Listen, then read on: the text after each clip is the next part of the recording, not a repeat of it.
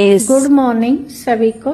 मैं सरिता मलिक शामली उत्तर प्रदेश से महिला स्वास्थ्य सुरक्षा परिवार में ट्रेनर के पद पर कार्य करती हूँ। आज मैं आपको एक महत्वपूर्ण जानकारी देने आई हूँ जो हम महिलाओं के लिए उस चीज के बारे में पता होना, नॉलेज होना बहुत जरूरी है। हम सभी को ये जानना बहुत जरूरी है कि हमें uterus cancer, uterus infection, PCOD, PCOS, इस तरह की जो बीमारियां हम महिलाओं को होती है ये क्यों होती है, इसका क्या रीजन है, ये जानना हमारे लिए बहुत जरूरी है।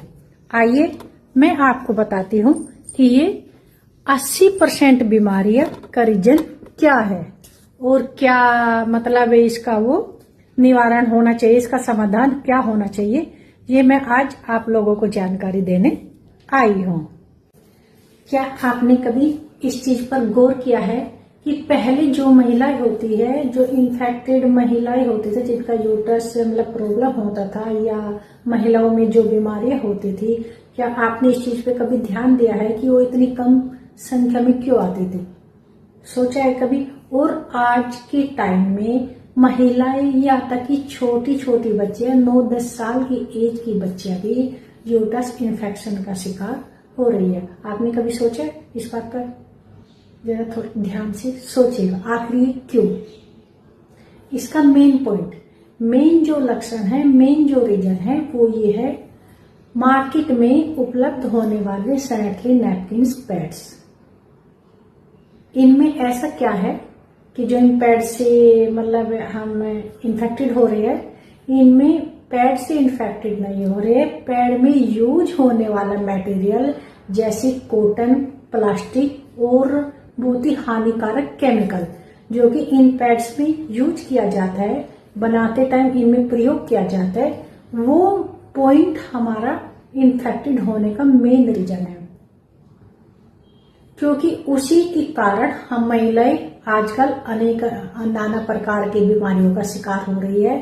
क्योंकि जब इससे पहले महिलाएं, हमारी माताएं, दादियां जब पैड्स यूज नहीं करती थी, कभी भी आपने सुना होगा कोई भी महिला यूट्रस इन्फेक्शन नहीं होता था। कभी पीसीओएस, पीसीओडी या यूरिन इन्फेक्शन या फिर वाइट डिस्चार्ज जैसी बीमारी हम लोगों को बचपन में सुनने में नहीं आती थी। और आज छोटे छोटे बच्चों को इन चीजों की नॉलेज है क्योंकि वे इसका शिकार हो चुकी है।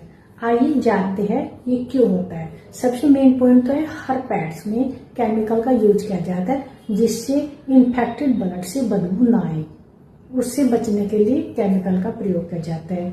दूसरा मेन पॉइंट यह है कि जो हम पैड्स में रुई, कॉटन जो भी हम यूज करते हैं वो सबसे मतलब जो वेस्टिंग होती है, जो खराब होती है, यूजलेस होती है, उसी को यूज करते हैं और उसी को साफ सुथरा करने के लिए केमिकल में उसको साफ करने के लिए इस प्रोडक्ट में यूज किया जाता है।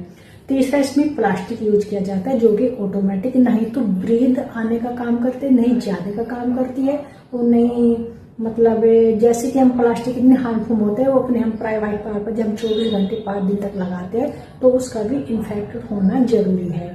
इन चीजों की नॉलेज हम महिलाओं को अभी तक नहीं है। इन चीजों को ध्यान में रखते हुए, इन चीज का निवारण करते हुए, इन चीज का समाधान करते हुए हमारी संस्था ने, महिला स्वास्थ्य सुरक्षा प्राइवेट लिमिटेड संस्था ने यह पैड बनाया है जिसमें ना केमिकल का प्रयोग किया गया है, ना ही प्लास्टिक का प्रयोग किया गया और ना ही कॉटन का प्रयोग इसमें किया गया है।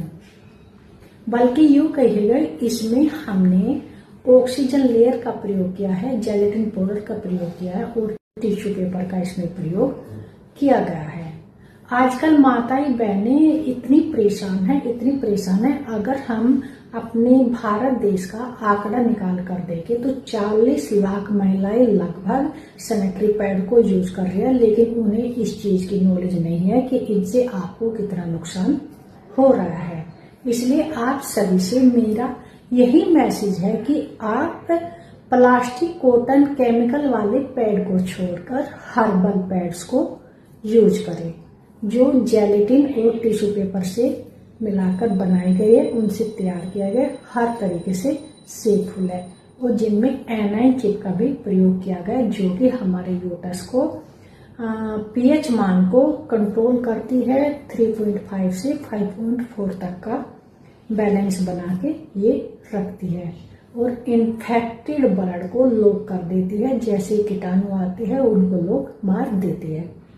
जैसे कि पहले महिलाएं कपड़ा यूज करती थी, वो क्या करती थी, हर 2 घंटे बाद कपड़े को चेंज करते थे।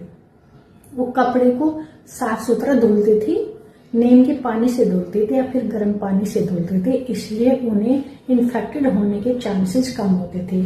और आजकल हम महिलाएं पैड लॉन्ग टाइम तक रखते हैं, प्लास्टिक कोसेट को लॉन्ग टाइम तक रखते हैं, इसी प्रकार से ज्यादा इन्फेक्टेड की शिकायतें आ रही है। छोटे छोटे बच्चों को इन्फेक्टेड की शिकायतें आ रही है। कुछ रीजन तो खान पान, वायुमंडल, वातावरण हमारे आसपास का, लेकिन 80% लगभग रीजन ये सैनिटरी प्लास्टिक वाली पैड्स ही है।